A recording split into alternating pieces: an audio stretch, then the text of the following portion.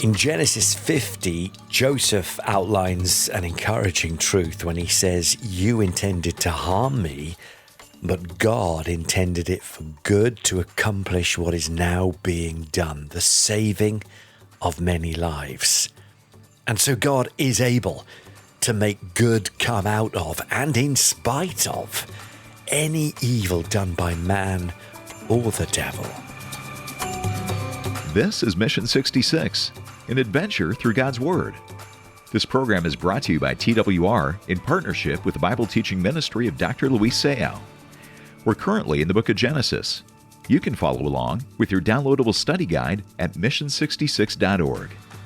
Now let's dive in with our teacher, John Matthews, and co-host, Esther Sisulu. Thank you for joining us for our Bible study program where we explore its pages chapter by chapter. You know, the Bible is still the best-selling book in the world, and I think we owe it to ourselves to at least open it and read this foundational work. Well, today, as we continue in the book of Genesis, we've now come to chapter 19, and here we see Abraham's nephew Lot, who had chosen to live in the southern Jordan Valley, which was at the time a lush and green land that was wonderful for raising livestock.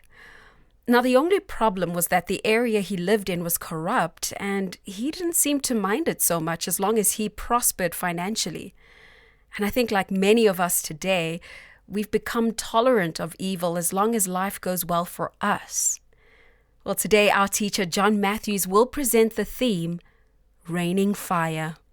Esther, thank you so much, and so good to be with you for this latest episode of Mission 66. A warm welcome to you wherever you join us from today. And as Esther just said there, if you were with us last time, you may remember that after Lot moved into Sodom, and Esther said that it was this green Jordan Valley, very pleasant surroundings.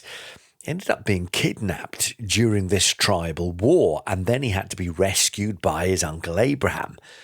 Now, here in chapter 19 of Genesis, he needs rescuing again, but this time for different reasons. Let's read. The two angels came to Sodom in the evening. Now, these are two of the three angels who visited Abraham in chapter 18. And Lot was sitting in the gate of Sodom. And this means that he is a public official. He'd not only become prosperous, he'd also been accepted by Sodom's populace and had been appointed or elected to be among those who get to sit in the gate. And when Lot saw the angels, he rose to meet them, and he bowed himself with his face to the earth, and he said, "My lords, please turn aside to your servant's house and spend the night and wash your feet. Then you may rise up early and go on your way." They said, "No, we will spend the night in the town square." But Lot pressed them strongly, so they turned aside to him, and they entered his house. And he made them a feast, and he baked unleavened bread, and they ate. But before they lay down, the men of the city, the men of Sodom, both young and old, all the people, to the last man, surrounded the house. And they called to Lot, "Where are the men who came to you tonight? Bring them out to us, that we may know them." And the use of the words "know them" in this context doesn't mean they just wanted to be friendly. It means the same as when it says in the Bible, "And Adam knew his wife, and she had a son." So they were saying these things with sexual intent and surrounding the house. And Lot went out to the men at the entrance, shut the door after him, and said, "I beg you, my brothers, do not act so wickedly. Behold, I have two daughters who have not known any man. Let me bring them out to you and do to them as you please. Only do nothing to these men, for they have come under the shelter of my roof." But they said, "Stand back." And they also said, "This fellow came to sojourn, and he has become the judge. Now we will deal worse with you than with them." Then they pressed hard against the man Lot and drew near to break the door down. But the men reached out their hands, and they brought Lot into the house with them and shut the door. And they struck with blindness the men who were at the entrance of the house, both small and great, so that they wore themselves out, groping for the door. So these guys, they are pushy, surrounding the house, beating on the door. They're not going to take no for an answer. And when Lot protests and says, "Look, don't do this wicked thing," they then turn on him, accusing him of judging them. And so they proceed to threaten Lot with bodily harm. They didn't realize at all who they were dealing with. They didn't realize these two men inside were God's angels, the same two men who had negotiated with Abraham in the previous chapter. And they also had the power to strike these men of the city blind, and they did that. But not even blindness stopped them, so they continue to grope blindly, and they wear themselves out to try and find this way of satisfying the insatiable pull of their own flesh. Verse 12 says, "Then the angel said to Lot, 'Have you anyone else here, sons-in-laws, sons, daughters, or anyone you have in the city?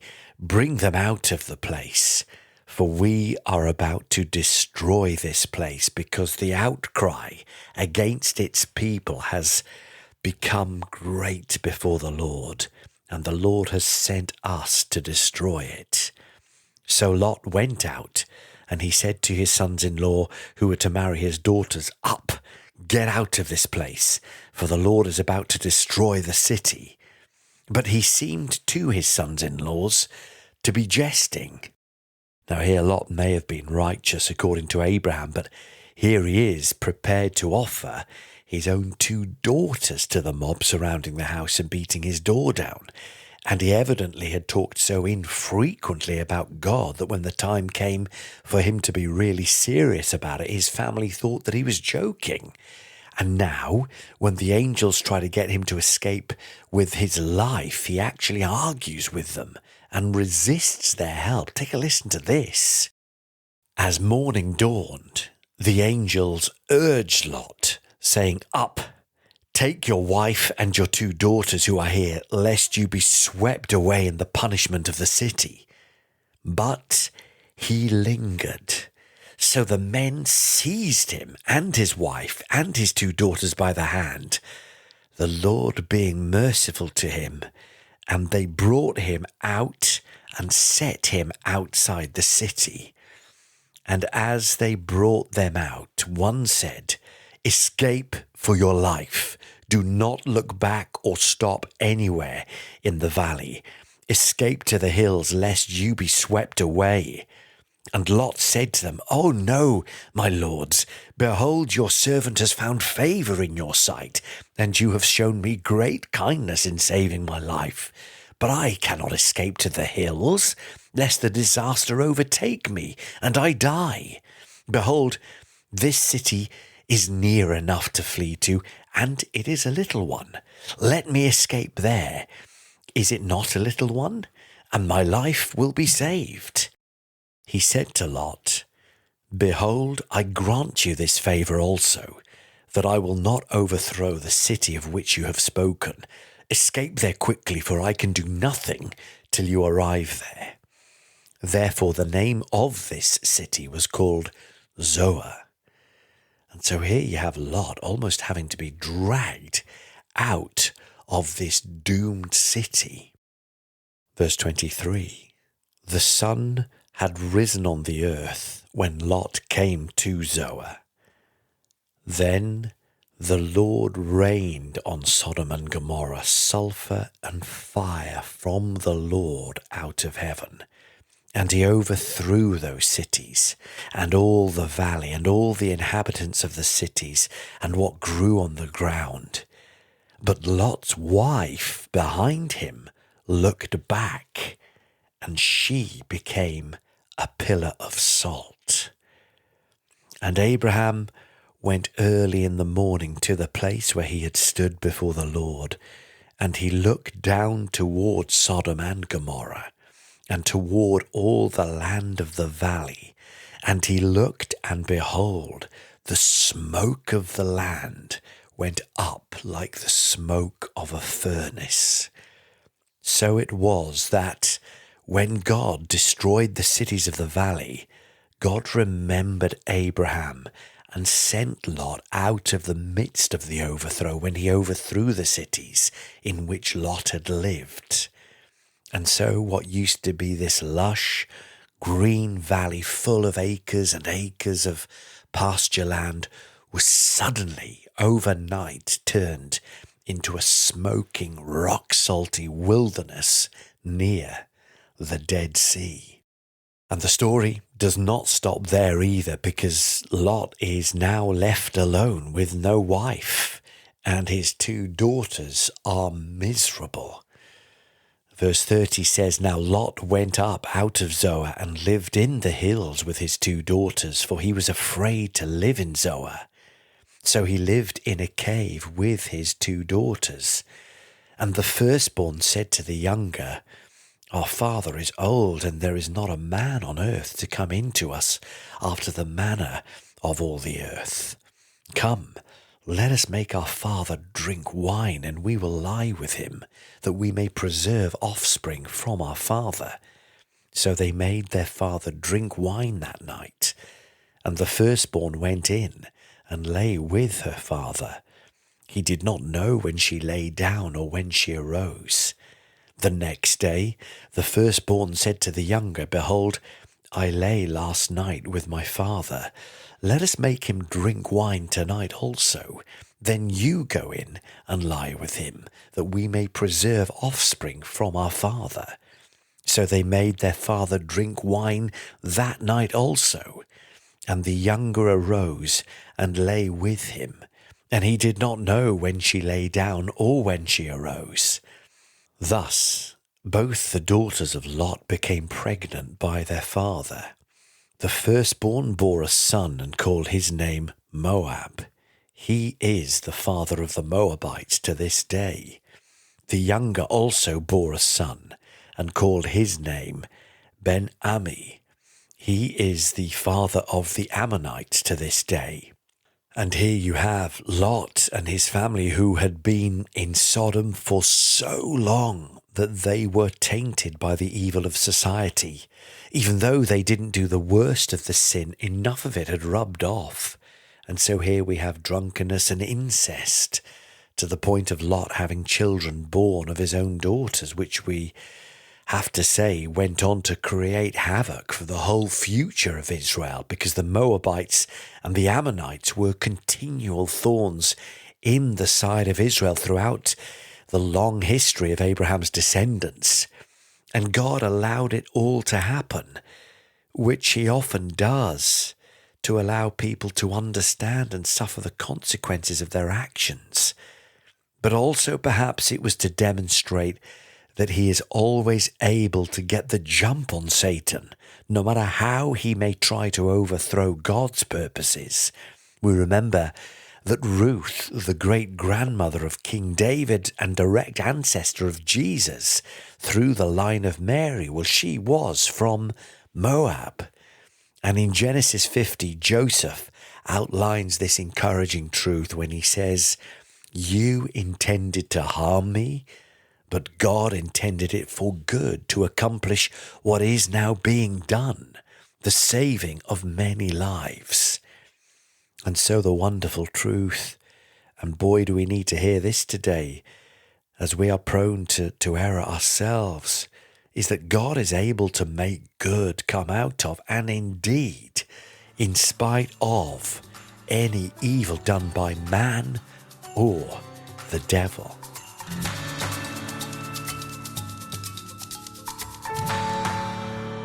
You're listening to Mission 66, and this is our Bible study with John Matthews. And I have to say, John, that was a pretty heavy chapter, and I just want to thank you for your take on Genesis 19. Now, for those people who may be joining us for the first time and haven't heard any of our previous lessons, what can we say about these two angels? I mean, did Lot identify these two as being angels? Lester, in a previous episode, we read how 3 men approached Abraham when he was under the oak of Mamre. And Abraham recognized immediately that these were no ordinary human beings. One of them is actually called the angel of the Lord, and that always refers to the Lord Jesus Christ when mentioned prior to his birth as a baby in Bethlehem. And the other 2 men, well, we figure must have been angels. And angels appear to mankind throughout the Bible, but not with wings and halos. They always appear as regular people. In the book of Hebrews, angels are called spirits who are serving and helping those who'll inherit salvation. As for Lot, well, I imagine that he may have realized that they were angels at some point. We're not told.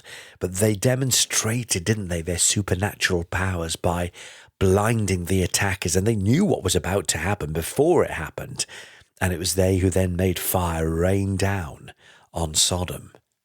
Yeah, well, John, I know that in our future episodes, we'll talk more about the angels. So I think for now, I'm going to ask a different question looking at verse 8, because here we see Lot offering his daughters to these sinful men, as they try to beat down his door. Honestly, I'm trying to understand what sort of mentality this is. Perhaps you can give me some insight. Well, it's difficult to, other than does it reflect Lot's character? Yeah, maybe. It certainly reflects his state of mind in the moment. And you're quite right. It is unthinkable to us that a father would offer his daughters in this situation. Shocking, actually, to read, isn't it? But then we are all people with sin in our hearts. And so there ultimately is potential for a lot of shocking things to come out of our lives without God. And so, we shouldn't judge in that respect. But, this is clearly a moment of desperation. And Lot was terrified, and so he offers to do the unthinkable. But, there's a mob scene here. There's a situation where life is being threatened. And in that situation, it's hard to trust our own judgment in these moments. We could ask, why didn't Lot just do what we think we would do and jump out and fight the men in an honourable attempt to try and protect his family and his guests? Well, listen, that sounds fine from the comfort of our recording studios, doesn't it, Esther? Or where we're sat in our sofas at home. But who knows what we may or may not do if we were ever put in the same situation. So look, it seems a shocking read, but actually it's important, I think, not to judge. And there's also, I think, another possibility that we could take into account here, in which some of these attackers may have, been customers or previous friends of Lot and his family in the past. And even though Lot, had tolerated their moral standards for a while, now they're really starting to show their teeth, or at least now that he's the subject of their immorality. And all of a sudden, he just is sorry for living for so long in Sodom and getting accustomed to this sin. And maybe he didn't realize how far down that road that he actually was. You make very important points there. And, just think about our society today. We witness things on the news. We may come across some videos that depict gruesome murders, or perhaps even watch TV shows that glorify sin. And I suppose in the same way, we've become accustomed to it. Yeah, very true. Yeah, very true. I think there's a sense where we subtly and not so subtly get exposed to wrongdoing and evil. And we can watch these kind of things on the media, dramatized and sometimes even glorified. And we then reach a point, perhaps without knowing it, when all of a sudden that's all pretty normal to us. And yet what we allow into our minds and ears ultimately takes root. And so there is a responsibility for all of us to really take care and be discerning in terms of what we allow ourselves to watch and listen to. Well, let me ask about this rain of fire that fell on Sodom and Gomorrah. Now, a rain of fire filled with burning sulfur. I mean, is there any scientific explanation for what happened there? Yeah, I've heard some people try to explain from something like this from a point of science. Sometimes I think, why on earth would you want to explain this from a point of science? From the God who created the universe, who knows so much more about this than our tiniest minds can ever know. And so it's very clear what this is in verse 24. It says, the Lord rained on Sodom and Gomorrah sulfur and fire. Where did it come from? It came from the Lord. Where did it come from? Out of heaven. God did it. And the fire and the brimstone came from heaven. And, it's a pretty shocking scene because it burns up the people as well as whatever grew on the ground. And they believe, don't they, that the region where Sodom and Gomorrah used to be is now where the Dead Sea is today. And I don't know whether you listening have been there. I've been there a few years ago, and it's a barren picture. And it's a place that has a really extremely high concentration of salt and sulfur.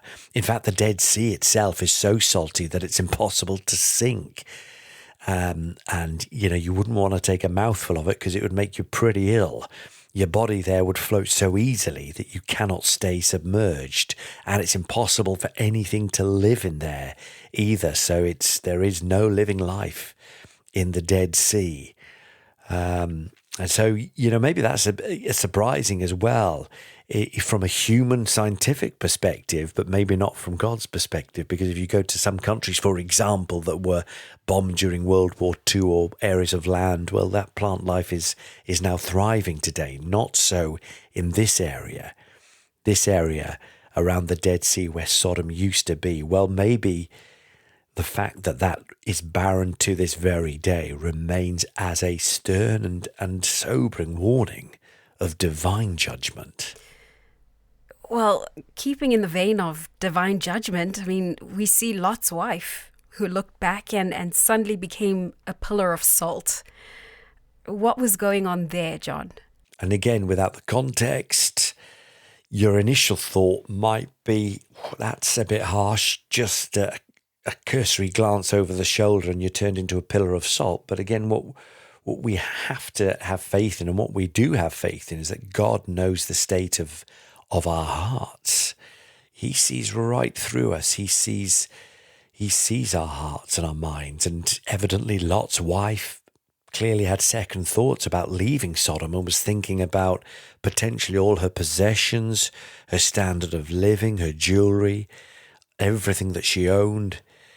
And so back she looked, and she becomes a pillar of salt. Wow, that is fascinating, incredibly fascinating at that.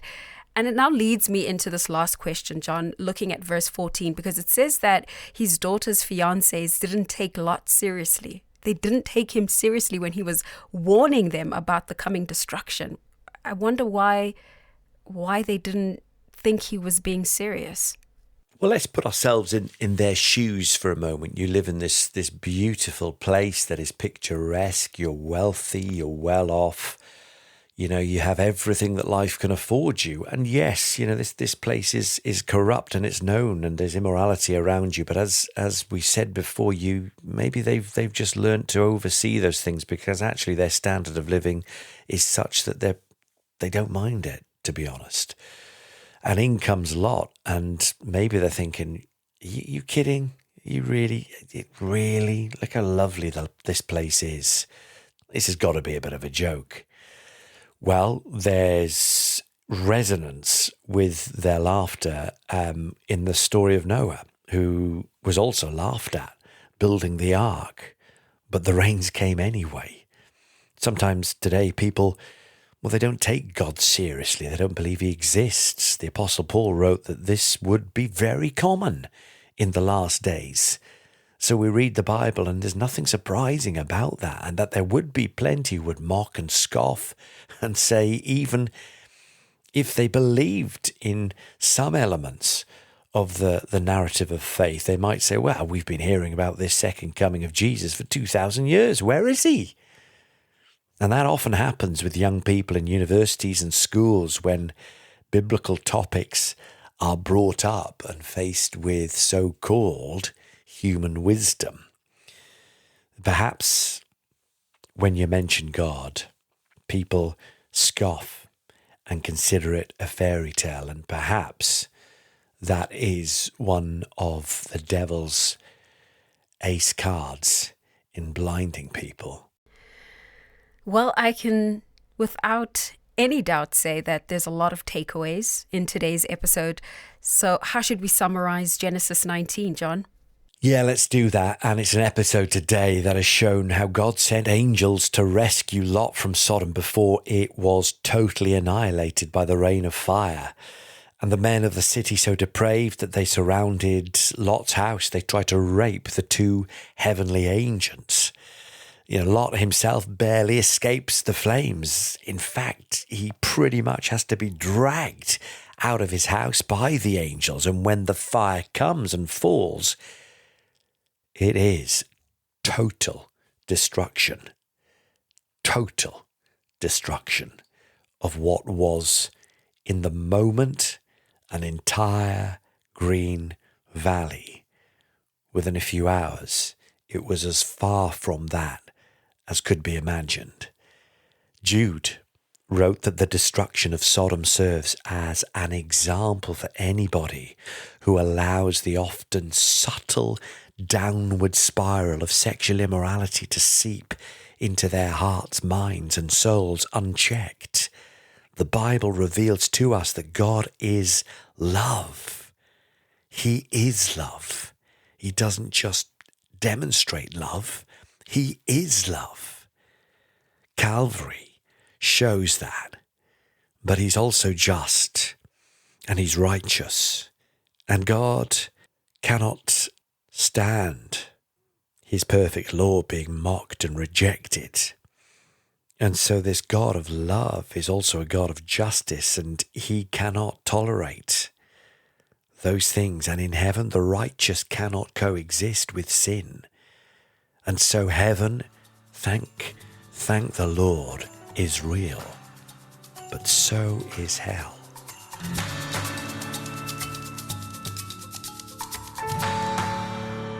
Well, dear friends, we invite you to join us next time here on Mission 66 as we move on to chapter 20 in our study through the book of Genesis. It's always a pleasure joining you, and until next time, God bless you. Has God used today's program in your life? Then you'll want to receive the free study guide that's waiting for you on our website. You can get it right away by downloading it at mission66.org. At mission66.org, you can also leave a comment or make a donation to help this listener-supported ministry. When you give, you're helping listeners experience solid Bible teaching in many languages in some of the most spiritually resistant places in the world. Thank you for helping at mission66.org. Mission 66 is a ministry of Transworld Radio.